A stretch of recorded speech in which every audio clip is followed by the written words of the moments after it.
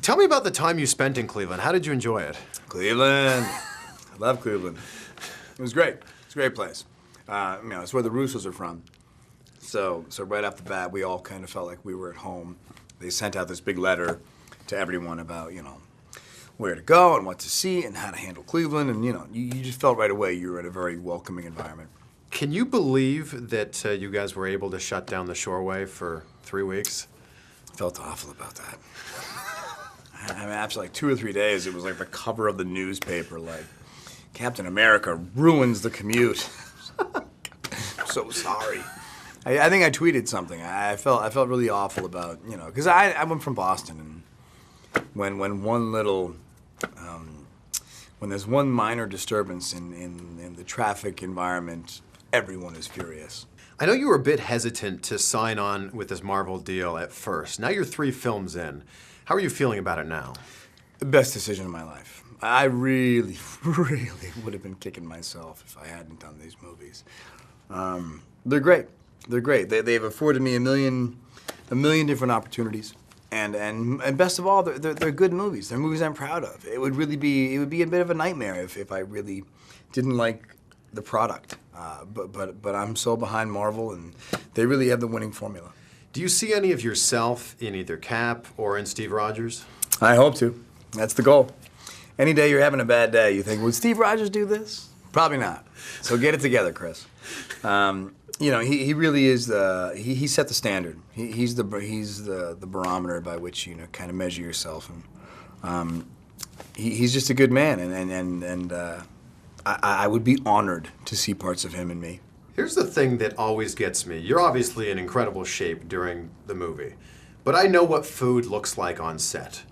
How were you able to avoid that stuff and still look great on camera? I'm pretty lucky in the sense that my metabolism is pretty quick. Food isn't always the biggest conflict for me. I feel like, for me to get in shape, I just got to spend time in the gym. I don't have to be as strict with the diet as I do needing to be strict with the hours spent working out. But when you're on the set 12, 14 plus hours a day, how are you able to then sleep and then also make time for the gym? This is what happens. Okay. You get yourself as big as you can, and then as you're shooting, you slowly get smaller. It's just what happens. Throughout the movie, you just slowly lose your mass. So you need to come to set as big as you can possibly get yourself in anticipation of exhaustion, and you're just gonna start shedding pounds. Your streak's back to normal? Yeah, took a little while, but yeah. Took a little while. Everything we tore up, did you put back? Everything okay now? I guess so, people can finally commute to work now. People were like straight bitched out when we were there. Like, well, what the fuck? It was like 3 You miles. closed the whole freeway? 3 miles of a pretty major artery, but it's all worth it though. that scene is incredible. Totally all worth it, right? It's absolutely amazing. So when the people of Cleveland see it, they'll go, hey, I was in that traffic jam. That's right. You shot the very first sequence in Cleveland where you're in the SUV and it's getting shot up. Yeah. And, people in Cleveland were going crazy. There were a lot of people looking out office windows and going, wow, who's in that car? And they're blowing that car up. Right. What's going on? Does it bother you when you're on set and fans are watching you do your thing? No. I used to do this weird little thing in New York before I became a movie actor called theater, where there were always people watching me work. So I really like people around watching me work. I feel like there's so many layers to Nick Fury. If you were to describe him, how would you describe him? If I were to describe him, so that would mean that I understand Nick Fury. Okay. Patriot.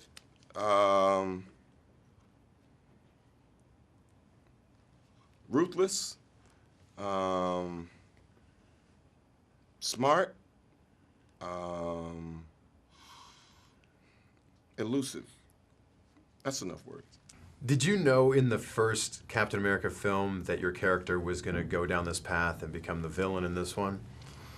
I didn't. I knew that was one possibility of them continuing the story for my character, but I didn't at the time. No, I was certainly hoping and trying to cover my bases when I was doing that movie, that just in case they were, that, I don't know, there'd be little things in that film that I could do to sort of maybe reference what was to come, but I didn't. It's such an interesting character arc because you're the buddy in the first film and then you're the absolute bad guy in this one. How different is that for you approaching that as an actor? Very exciting. I mean, you just get more of an opportunity to show different sides of a character. I mean, this character is so complex and tragic in a way, and there's just so many sides to him, and hopefully that we'll see in the future even. So that was all just, a lot of fun, and realizing I had a lot of homework to do, but I felt challenged and I felt good about it. The Winter Soldier really doesn't have a lot of lines, but he emotes so much emotion through his eyes only. How difficult is that for you to be basically conveying the emotions of a scene without saying anything? I was gonna say, well, I know he didn't have a lot of lines, but I was talking to myself in my head all the time, which I probably was, but it is difficult. I mean, for me, it actually helped in a way because I felt when I was looking at myself in the mirror, I couldn't recognize myself at all. I felt like all my little go-tos and so on were stripped by this mask and sort of the way that I looked. And it was actually an interesting challenge because I felt then I had to sort of pay attention to the way I behaved, the way I moved, the physicality, and I was always conscious of any tight shot of the eyes and what was I going to communicate, what could I do with that, and so it's hard, but it was good, it was fun. If Captain America 3 was shooting in Cleveland, how would you feel about that? Done. I'm in. I am in. Tell me about putting on this suit, and what's it like? Is it mobile? What's it like? It was great, man. There's nothing better for your confidence than putting on a superhero suit and walking around. I'll tell you that. It was great. Chris and I have been friends for a long time, and I always joke about how he looks in his suit. So when I put on my suit, it was a barrage of just jokes and insults. But I enjoy it. I mean, just walking around with it, you just feel like a manly man. This must be incredible for your psyche to keep doing these alpha male roles. Like, you're a superhero in this one, you are a bodybuilder in Pain and Gain. It makes you feel good about yourself. Lucky for me, when I did Pain and Gain, I got in such good shape that once we started this, it turned over into it because, Chris is like a Greek god, man. And I kept telling him, I need tighter shirts. It's the first time in my career I was like, my clothes are too big. I need tighter clothes, But it's all good. Cap 3 is gonna be whole different. I'm straight up boxer shorts and baby oil, a whole movie. Congratulations to both of you guys on the film. Thank you. Being from Cleveland, what does it mean that the bulk of this film was shot in Cleveland? It means everything. I mean, this is our third film that we've shot there. Obviously, we grew up there. We have a very emotional attachment to the city. We love the city, love the people of the city. I think it's as exciting for people in the city to see it on screen as it is for us. Yeah. We know the city so well. That's one of the reasons why it's so great to shoot there is like we can find exactly what we're looking for. And it's a great looking city. It's got a great variety of looks, and we just love mining it for all our favorites. So it's cool. Did you guys ever imagine you'd be granted the access in Cleveland that you had? No, we're incredibly grateful for it because obviously it helps the movie tremendously. And there's one of the best action sequences in the film was the infamous causeway sequence that required us shutting down a shoreway. But it looks fantastic on film. I think it's a great postcard for the city to the world.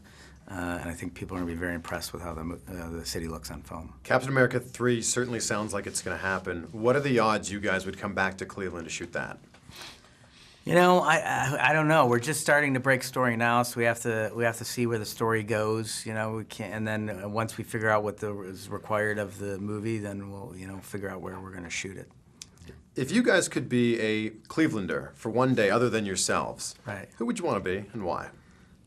That's an interesting That's a question. Jimmy Haslam, because I would love to own the Browns. I'll tell you that. I've been a You'd long, want the good stuff of Jimmy Haslam. Yes, no. I'm just saying I would like to be Browns owner. How about that? I've been a long-suffering Cleveland sports fan for many years, and you know, I would love to see things done right for once. What do you think? That's a great pick, and I'll go in the opposite direction. I would say our dad. You know, we've you know, great admirers of him. He's had a great life and great career in Cleveland, and he's been a great Clevelander and through his political and legal career, and it's something we really admire and respect. I know you guys are both big Browns fans. If you were the GM and it was draft day, who would you guys take this year? It's interesting. It depends who falls to 4, but you know, Right. I got my money on Sammy Watkins. I love him. I think you know, Ray Farmer says that he drafts for you know, value, and if Sammy Watkins is available at number 4, I think that's pretty good value. So. You don't think we're going to get a quarterback? It's interesting. I mean, there was an article I think Terry Pluto did about quarterbacks drafted in the first round and how many of them been to either the playoffs or the Super Bowl.